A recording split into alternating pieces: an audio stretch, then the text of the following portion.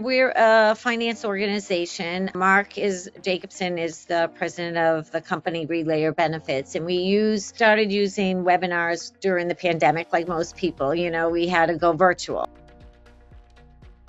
We do investments for safe money products. Mark presents information and gives people alternatives to having their money in a riskier place. And if they're interested, they set up time to speak with Mark. It's understanding different retirement strategies, tax-free strategies. So it's in the world of finance.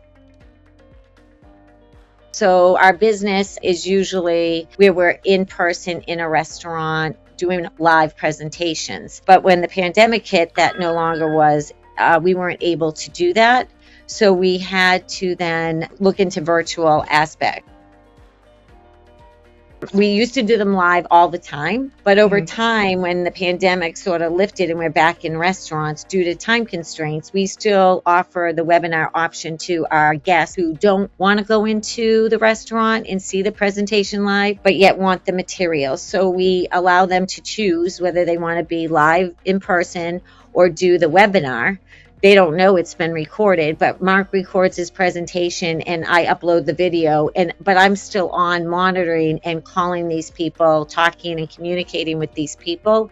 So it's a little bit different in our scenario compared to most people that use automated webinars, mainly just to get information out. So we're really using it as an alternative to doing a live presentation with our guests.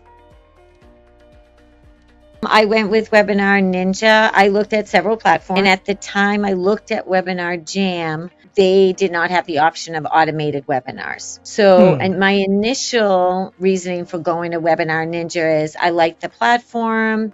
I liked the way it recorded. I could download the replays. It allowed me to do an automated webinar or a live webinar if I chose to. So there was many features of it. It had the ability to do offers, which allowed me to do our survey at the end. So it had a lot of features that I was looking for from a business perspective.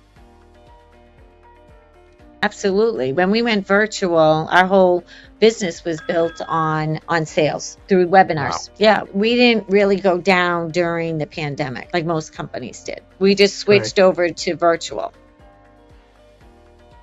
I've been with WebinarNinja for 4 years. We've set it up and established everything, and I like the way the webinars platform works.